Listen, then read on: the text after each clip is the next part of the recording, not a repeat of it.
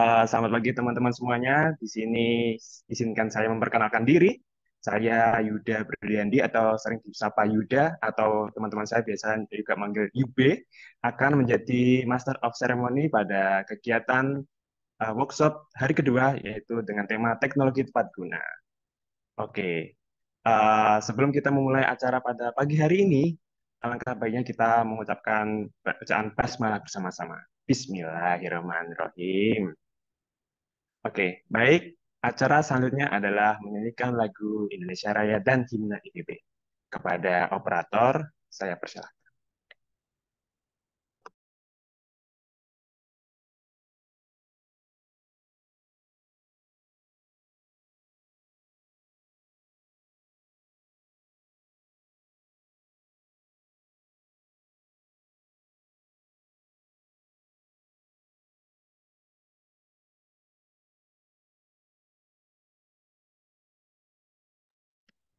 Mohon maaf, sepertinya ada terkendala. Untuk teman-teman semua dan narasumber, dimohon untuk bersabar sebentar ya. Sepertinya ada perbaikan dari pihak operator. Mungkin sambil menunggu, kita sambil sama-sama. Gimana teman-teman? Masih semangat? Apakah sudah sarapan teman-teman nih pagi hari ini? Sudah, Kak. Udah, Alhamdulillah, Kak. sudah ya. Sudah ya. Soalnya kalau belum, katanya pihak operator mau ngasih makan nih. Oke, kembali lagi. Acara selanjutnya adalah menyanyikan lagu Indonesia Raya dan Himne BB. Kepada operator dipersilahkan.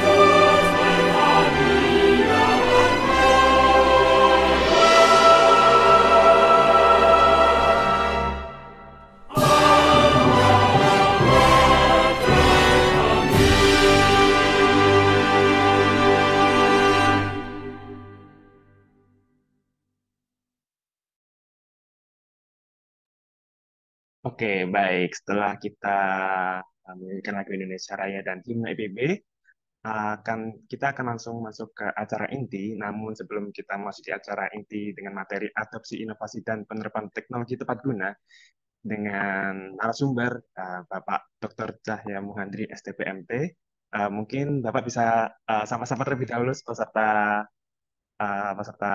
pada hari ini. Halo, Bapak Cahyo. Siap. Kami, Assalamualaikum warahmatullahi Waalaikumsalam. wabarakatuh. Selamat pagi semuanya. Warahmatullahi Ini wabarakatuh. pelatihannya sambil tidur, apa sambil main game, atau sambil karena dari tahun ke tahun terus kemudian nanti ada yang bertanya pada materi yang sudah didiskusikan. Dan biasanya kalau udah begitu males gue jawabnya. Waduh. Ya. Jadi apa bahwa kalau memang ada kendala sinyal tidak tidak 100% on cam tidak. Tapi misalnya setiap 5 menit atau 10 menit gitu ya on cam sebentar gitu ya. Kalau enggak ya menurut saya enggak serius gitu. Atau kita bikin seimbang. Saya juga enggak usah pakai video. Nah, on cam maksudnya saya off cam gitu. Jadi kita seimbang. Jadi kita kayak ini aja telepon aja gitu ya. Ya, Oke, baik. moga-moga ini ya semangat terus ya. Ya, terima kasih Pak Cahya. Mungkin sebelum kita memulai materi, izinkan saya untuk membacakan CV Bapak ya. Oke. Eh, Ya, mungkin buat teman-teman semuanya di sini yang masih belum mengenal narasumber hari ini, atau mungkin sudah kenal juga, jadi narasumber kali ini pada pagi hari ini mungkin nama Dr. Cahya Muhandri STPMT atau biasa disapa Pak Cahyo ini. Oke. Bapak ini lahir di Ponorogo tanggal 15 Mei, lalu untuk jenjang pendidikannya S1 di IPB Bogor, mengambil bidang teknologi pangan, lalu S2-nya di ITB Bandung, mengambil bidang manajemen industri, lalu di S3-nya kembali di IPB Bogor, mengambil bidang spesialis ilmu pangan. Nah, lalu mengenai pengalaman penelitian beliau, ini pada tahun 2019 memiliki topik penelitian peningkatan mutu produk mie jagung dalam rangka percepatan komersialisasi. Pada tahun kedua ya ini Pak. Ya, Hmm. lalu pada tahun 2020 memiliki pengalaman penelitian dengan topik pengembangan produk beras kencur celup dalam rangka peningkatan nilai tambah rempah-rempah di Indonesia. Wah, sangat inovasi sekali ya, oke teman-teman. Lalu untuk penghargaan beliau yang dapatkan selama 5 tahun terakhir pada tahun 2019 nih, uh, dengan nama penghargaan Satya Lencana Karya Satya 20 tahun ya, diberikan pemberinya dari Presiden RI ya, teman-teman semuanya. Lalu pada tahun 2020 sebagai penghargaannya Inventor terproduktif menghasilkan kekayaan intelektual pada tahun 2019. Wah, lalu pada tahun 2021 ini eh, mendapatkan penghargaan terbaik satu kategori invensi dan inovasi diberikan oleh Perhimpunan Ahli Teknologi Pangan Indonesia atau disingkat PATPII. Wah, lalu ini saya bacakan juga perolehan HKI dan perolehan hasil penelitian dalam 10 tahun terakhir. Pada tahun 2015 nih, proses produksi mie berbahan baku tepung jagung dengan teknologi ekstruksi. Jenis paten ya teman-teman nih. Lalu ada jenis hak ciptanya pada tahun 2020, yaitu metode pengeringan menggunakan kombinasi sinar matahari, kipas angin, dan pengering. Lalu juga ada jenis paten pada tahun 2023, yaitu konsentrat minuman herbal fungsional berbasis ekstrak kumis kucing dan proses pembuatannya. Ini yang terbaru ya, Pak, paten 2023. Oke, wah sangat sangat banyak sekali ya teman-teman, ini sepertinya sangat top, markotop pokoknya. Ya, oke. Jadi Pak Cahyo ini akan em, memberikan materi dengan tema adopsi inovasi dan penerapan teknologi tepat guna. Jadi teman-teman, jadi disimak terus, jangan pokoknya apabila nanti ada pertanyaan juga ada sisinya ya. Oke, mungkin dari Bapak Cahyo, apakah sudah siap? Baik, siap. Eh, Sebelum dimulai eh, tidak ada pertanyaan dari yang off cam. Ya, jadi tolong Oke, dicatat, saya tidak menerima pertanyaan dari yang off cam. oke, Karena kan nggak serius juga lah ya, ngapain lah. Nah, kalau yang on oke, cam boleh. oke, siap. Ya, baik Pak. Terima kasih. Hmm. Baik, Kalau kita gitu. mulai kawan-kawan. CEO ya nanti ya apa? Nanti CEO judulnya ya. Karena kan itu ya apa program One Village One of Votes of Vote. Saya diminta oleh siapa kemarin namanya ya? Rahma, siapa itulah. Kok lupa saya ya. Ya, Rama, Untuk Ama apa Pak. menemani siapa? Ramawati, Eh, Ama. oh, Ama. Jadi Ya. saya diminta untuk menemani apa kawan-kawan calon apa CEO tentang bagaimana adopsi inovasi dan teknologi tepat guna untuk meningkatkan nilai tambah produk. Di judulnya ada kata prukades, tapi saya nggak ngerti apa itu prukades ya. Nah, saya tanya Mbak Amanya sendiri, prukades ya cuman istilah saja, Pak. Ya aneh, masuk prukades cuman istilah. Ya saya hilangin aja lah prukadesnya, karena saya nggak tahu apa itu prukades. Tapi mestinya intinya adalah nanti kawan-kawan calon CEO ini akan turun ke lapang, mencoba mendorong inovasi, mendorong peningkatan nilai tambah dari satu produk, sehingga nanti produk itu bisa berdampak secara sosial maupun secara ekonomi. Nah, eh, ada beda konsep yang saya pahami dengan dosen-dosen dari manajemen ataupun dosen-dosen dari ekonomi, bahwa kalau dosen-dosen dari manajemen, nanti kalau di anu ya, di cut ya, kalau di anu ya, di record, ntar ribut lagi kan. Jadi kalau kawan-kawan dosen itu rata-rata mereka mengatakan bahwa apa eh, permasalahan produk UMKM nanti yang mungkin akan banyak dibantu oleh kawan-kawan OVOK adalah kurangnya pemasaran ya. Jadi pemasarannya itu nggak optimal. Dan kalau kita googling juga begitu. Silakan nanti googling permasalahan utama yang dihadapi oleh UMKM pangan. Nanti yang muncul pertama kali adalah pemasaran. Dan kemudian yang kedua itu biasanya modal. Nah, bagi saya tidak begitu. Ya, permasalahan UMKM itu bukan pemasaran, bukan modal, bukan. Berdasarkan pengalaman yang sudah saya lakukan dari menemani UMKM di forum coaching klinik IKM Pangan. Jadi saya punya forum coaching klinik IKM Pangan Indonesia yang anggotanya 200 lebih dari seluruh Indonesia. Dari pengalaman itu, apa sih yang jadi permasalahan produk itu gagal atau tidak sukses? Yang pertama itu adalah salah memilih produk. Ini kesalahan terbesar anak-anak IPB juga begitu. Jadi ketika bikin proposal PKM misalnya kan, ketika nanti ada ide produk pada saat KKN atau OVOK atau IGTF atau program-program apa mahasiswa mengabdi bahkan dosen mengabdi, kesalahan utamanya itu adalah salah memilih produk. Nah, begitu salah memilih produk, menjualnya setengah mati. Nah, bahkan bisa jadi gagal. Apapun cara yang dilakukan, untuk menjual produk itu bisa nggak sukses. Kalau produknya memang salah. Salah itu maknanya apa? Tidak sesuai dengan yang diinginkan konsumen. Jadi kita membuat produk, menentukan inovasi, dasarnya adalah nafsu. Kita pengennya kayak gini nih. Wah ini pasti bagus ini. Ini beda ini. Nah, itu enggak bisa. Nanti kalau ingin mengembangkan produk yang real dalam bisnis, maka produk itu harus sesuai dengan pasar. Nah, permasalahan berikutnya dalam eh, pengembangan usaha kecil menengah bidang pangan itu adalah proses produksinya tidak benar. Jadi kenapa saya mendirikan forum coaching klinik IKM Pangan Indonesia? Karena setelah saya nyoba ikut beberapa pelatihan, beberapa diskusi, saya tidak melihat satupun trainer yang paham tentang proses. Sorry, termasuk di Ditmawa. Sebelum saya gabung, tidak ada satupun ya. Waktu itu masih Ditmawa ya. Saya gabung ke inkubator bisnis IPB. Tidak ada satupun dosen-dosen di inkubator itu yang paham tentang proses. Akibatnya apa? Banyak produk yang dibuatnya itu dengan teknik yang tidak tepat.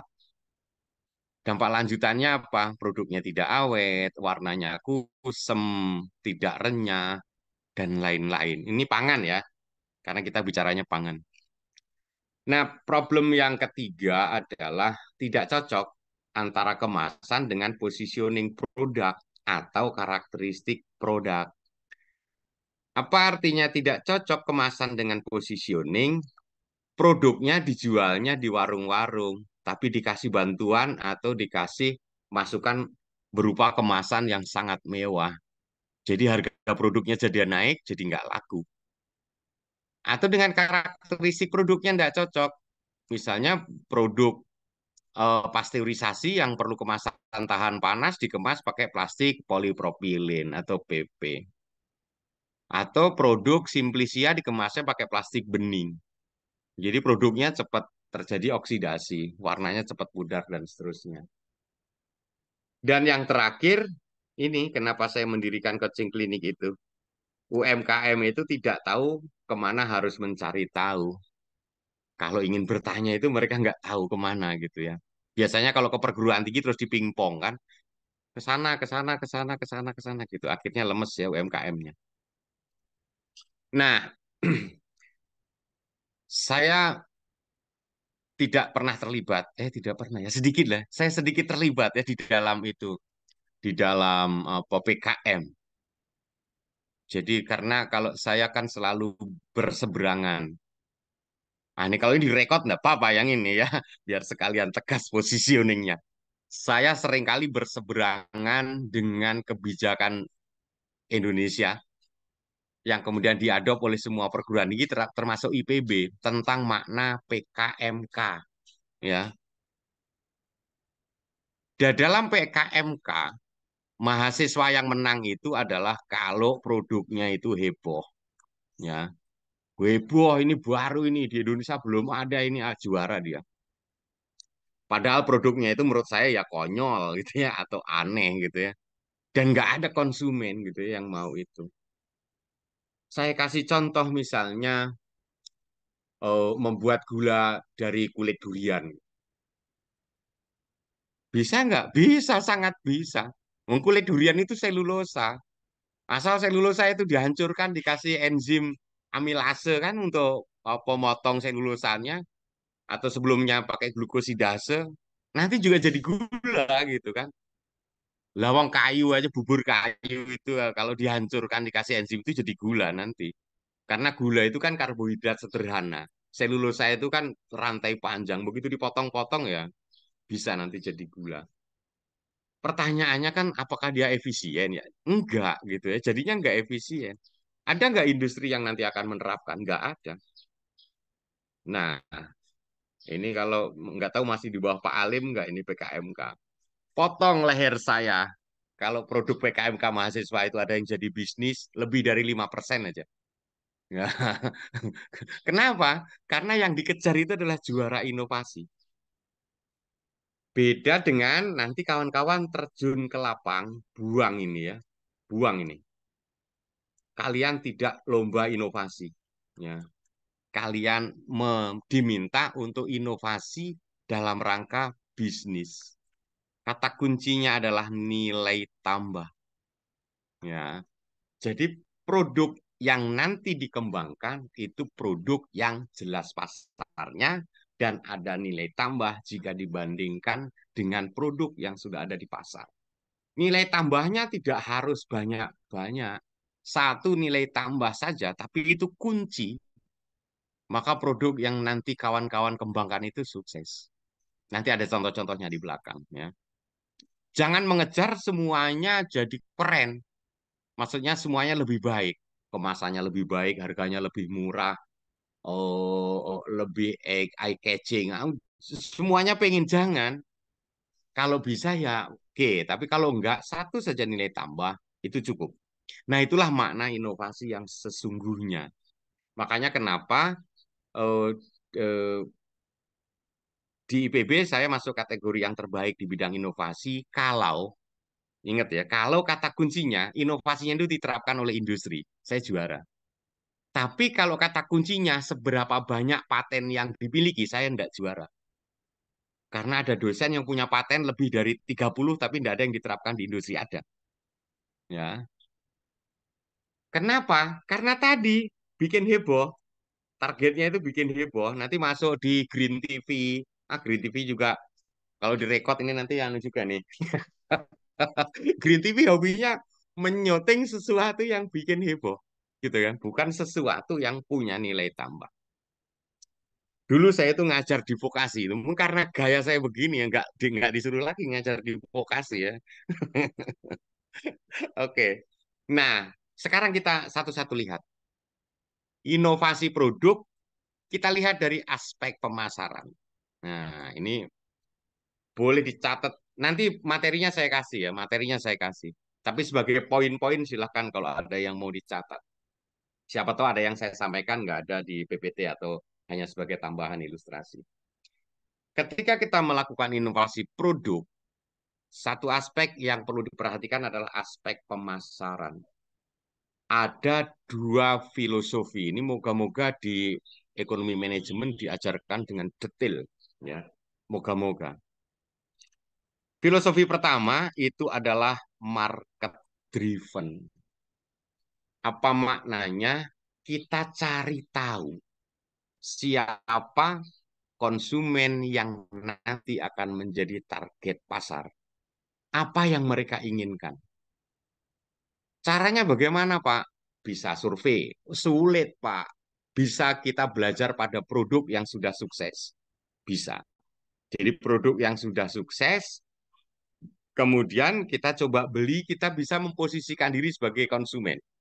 Ya, kira-kira sih apa sih gitu ya yang saya suka dari produk yang sedang viral dan bagus saat ini. Atau kalau ada kesempatan dalam forum-forum diskusi atau seminar atau apa yang itu ikut. Karena nanti dari situ kadang-kadang muncul gitu ya, muncul dari pertanyaan itu keinginan konsumen. Nah, filosofi yang kedua itu adalah teknologi driven. Nah, ini IPB ini 99% itu teknologi driven. Silakan lihat semua penelitian mahasiswa, semua PKMK, semua penelitian dosen. Dasarnya adalah ada bahan apa yang bisa dibuat menjadi apa. Itu adalah teknologi driven. Ya. Wah, ini ada daun sembuan, sembuan tahu, daun jambu lah ya biar yang tahu. Oh, ini ada daun jambu. Katanya daun jambu itu mengandung antioksidan. Bisa nggak kita bikin teh? Wah, bisa nggak kalau kita bikin serbuk celup? Ah, bisa nggak kalau kita bikin minuman jambu yang kaya antioksidan? Itu namanya teknologi driven. Kenapa? Karena kita nggak tahu konsumen itu suka nggak sih minum rebusan daun jambu. Kita kan nggak tahu. Tapi kalau sudah ada budaya masyarakat di sana, itu minum daun apa rebusan daun jambu, berarti sudah ada itu keinginan konsumen. Hanya kita tinggal membuat produk yang sesuai dengan selera, sesuai dengan budaya, kebiasaan minum dan seterusnya. Gitu. Bikin minuman lemon ready to drink, ya, tinggal diminum lemon, rasanya enak. Kalau harganya nggak mahal-mahal amat sih pasti laku. Nggak usah riset. Orang Indonesia semuanya minum lemon dingin lah gitu kira-kira ya. Jus lemon, justru itu semuanya minum. Daripada bikin minuman kayak minuman penurun gula darah dari apalah gitu ya. Yang masyarakat itu nggak pernah denger itu minuman opo gitu kan rasanya opo gitu. Itulah yang tadi masuk ke ranahnya orang IPB itu bikin heboh. Wes, habis ini saya kayaknya dipanggil ini sama ini ya. Wes, biarin ya. Pokoknya saya ingin merubah itu ya mindset mahasiswa. Nanti akan saya tunjukkan bahwa inovasi saya hampir tidak ada yang diterapkan oleh alumni IPB. Inovasi saya yang menerapkan orang dari luar IPB. Kenapa? Kalau di IPB agak sulit diterima. Cara berpikir saya agak sulit diterima. Nah, ini moga-moga ada di antara CEO ini yang otaknya rada aneh kayak gue gitu ya. Moga-moga ya.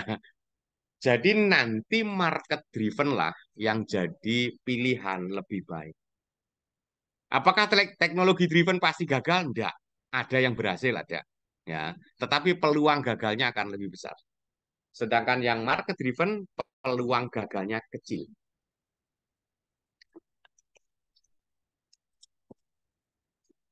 Saya kasih contoh misalnya eh,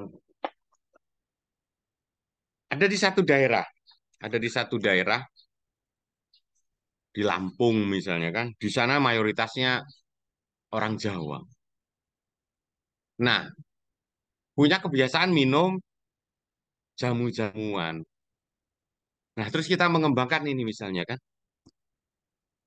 beras kencur celup, yang pasarnya nanti kita taruh di kafe, di Horeca ya, hotel, restoran gitu ya. Maka dari sisi keinginan konsumen belum tentu ada. Tapi dari kebiasaan konsumsi itu ada. Maka peluangnya untuk sukses itu besar. Ya, kenapa? Karena sudah sesuai dengan budaya. Kalau keinginan nanti kan terkait harga, terkait tahu dan seterusnya gitu ya. Tapi dari segi budaya sudah ada. Tapi kalau Anda kembangkan ini di Padang, ya pasti tidak akan laku. Kenapa? Tidak ada di Padang orang budaya minum es beras kencur ya. Nggak ada. Jadi jangan di Jogja sukses itu. Beras kencur celup atau wedang uwo celup. Nah, lagi opoknya di Medan. Wah, kita kembangkan wedang uwo, apa wedang uwo celup gitu ya. Pertanyaan di sana banyak nggak orang Jawa? Kalau banyak masih mungkin. Kalau enggak ada. Ya, nggak akan bisa itu. Nah, ini contoh beberapa produk yang sudah saya kembangkan. Ada yang bisa untuk industri kecil, ada yang harus industri menengah. Nanti yang akan kita diskusikan adalah bagaimana munculnya ide inovasi itu dan kemudian menjadi produk yang real, ya, real di pasaran. Ini ada produk dari alumni peternakan. Ini dibeli oleh PT Fit, ya yang ini. Kalau yang ini oleh UMKM dari Bekasi, dari Boyolali dan dari Bogor ada. Kalau ini dari daerah Parung UMKM-nya, ini dari daerah Bekasi, sama dari Sidoarjo.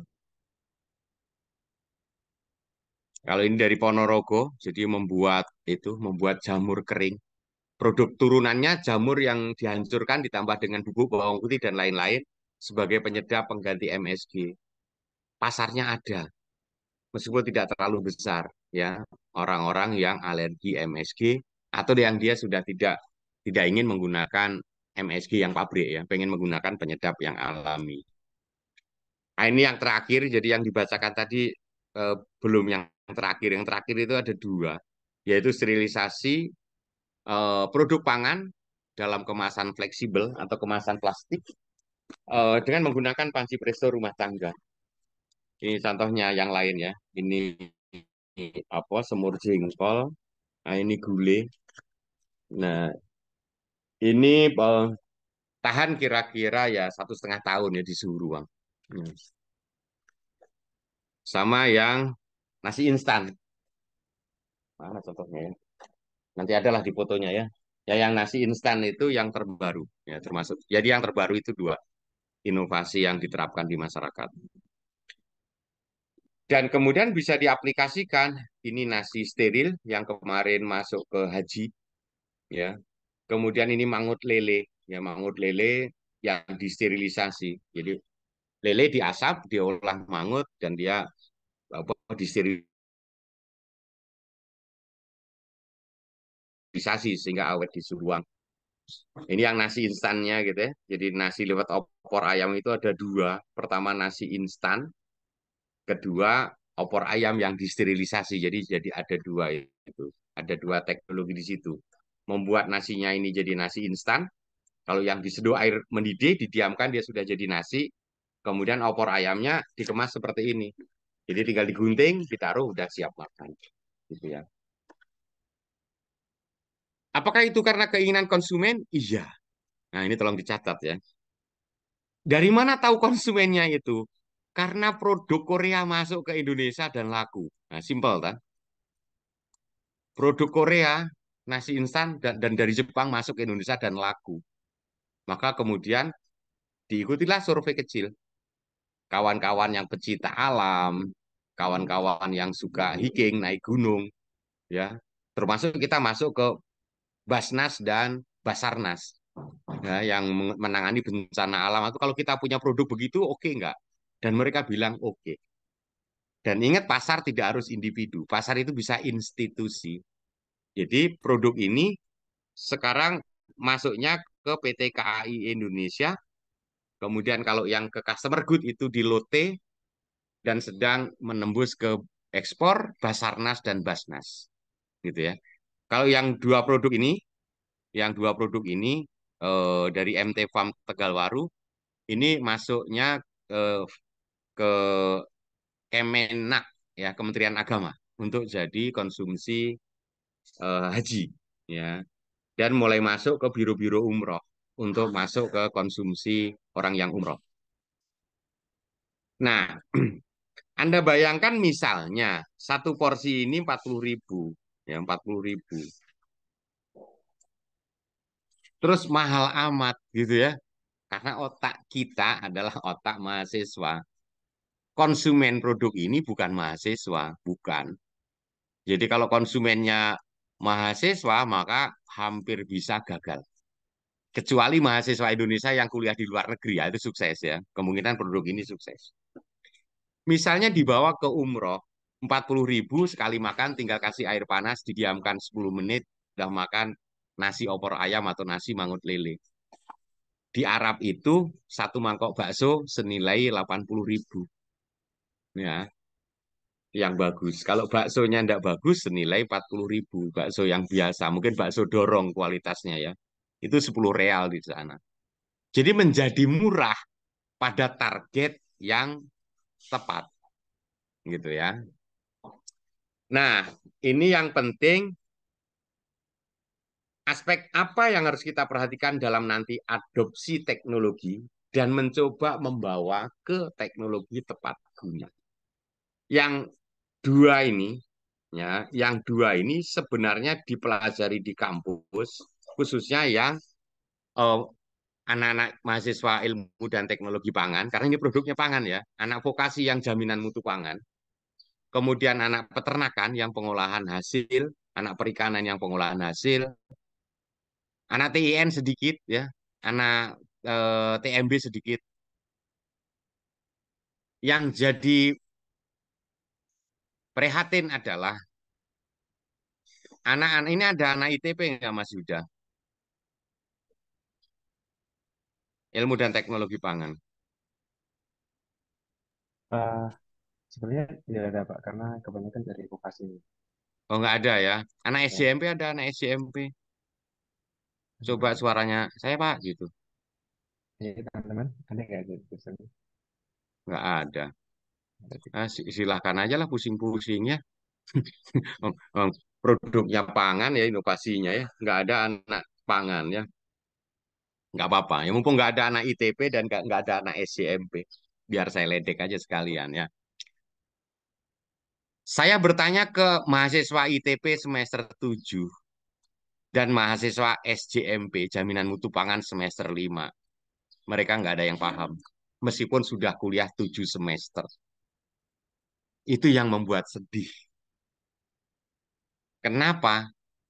Karena mahasiswa yang dikejar itu nilai, bukan paham.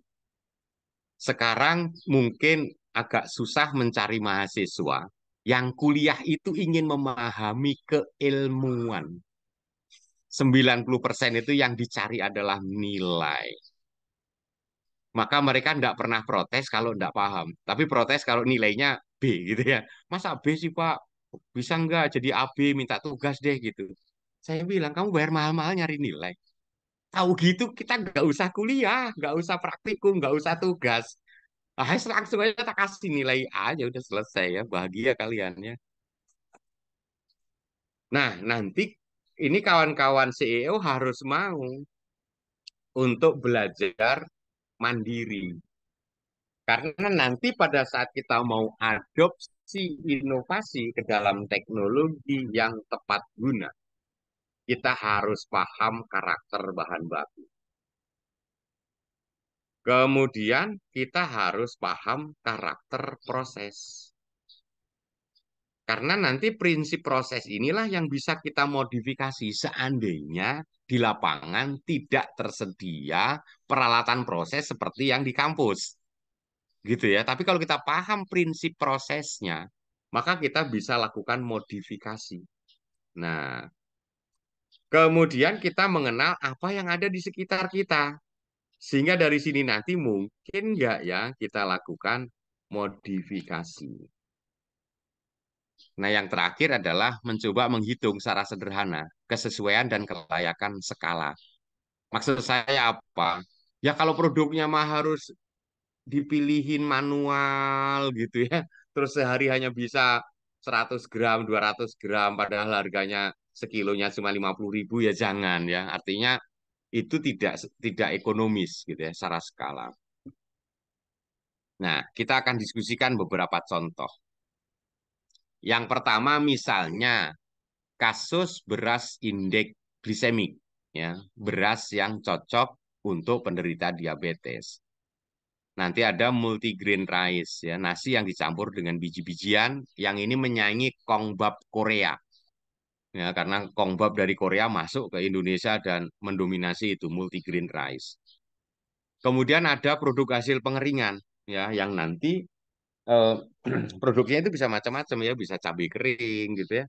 Cabai kering yang warnanya tetap merah, tadi bisa simplisia dan lain-lain. Nanti kita kita coba lihat prinsip karakter bahannya kayak apa, prinsip prosesnya kayak apa, kemudian adopsi apa yang bisa kita lakukan. Kemudian ada produk sterilisasi yang tadi rendang atau semur jengkol atau mangut lele awet di suhu ruang 1,5 tahun seperti ini. Kemudian produk yang bisa awet dengan AW rendah, jadi bukan bukan dengan teknologi pemanasan yang canggih, tapi awet suhu rendah. Ini misalnya bumbu nasi goreng atau sambel-sambelan ya, sambal terasi lah, mau sambal cumi, sambal ikan asap apa, sambal teri yang bisa awet di suhu ruang dengan prinsip AW rendah. Kemudian ada susu almond misalnya kan, yang almond dibikin menjadi sari almond atau susu almond yang dia di, disimpan di suhu refri bisa berbulan-bulan, tidak mengendap apa dan lain-lain. Ya, nanti beberapa kita diskusikan. Ya, bagaimana tahapan dari adopsi teknologi itu. Misal, yang pertama adalah beras pratanak atau beras parboiled rice. Beras yang cocok untuk indeks glikemik, untuk diabetes ya, karena indeks glikemiknya rendah. Nah, bahan apa yang harus kita gunakan adalah bahan dengan kadar air yang tinggi. Kenapa kenapa kok bahannya itu gabah dengan kadar air yang tinggi? Karena dalam menurunkan indeks glikemik, dalam membuat beras yang cocok untuk penderita diabetes, sebagian pati itu harus dibikin matang. Nah, kalau ingin matang kan harus ada panas, harus ada air. Nah, gitu ya. Coba nanti didengari urutannya ya. Jadi sebagian dari pati di dalam beras itu kita bikin matang. Untuk matang harus cukup air dan harus cukup panas. Karena itu bahannya adalah gabah dengan kadar air tinggi. Nanti adopsi teknologinya bagaimana? Gabah habis dipanen, kan kadar airnya masih tinggi. Itu bisa langsung ke sini, bisa langsung dikukus. Ya. Untuk apa? Untuk mematangkan sebagian pati. Dikukus saja 1/2 jam gitu ya. Habis itu baru dikeringkan. Kalau sudah kering, nanti dibawa ke penggilingan padi, dipecah kulit. Selesai. Ya, kita punya parboiled rice yang 100%, 90% itu impor. Indonesia nggak ada yang produksi, nggak tahu kenapa. Ya, mungkin karena tadi kurang inovatif, gitu ya. Kalau kata Mas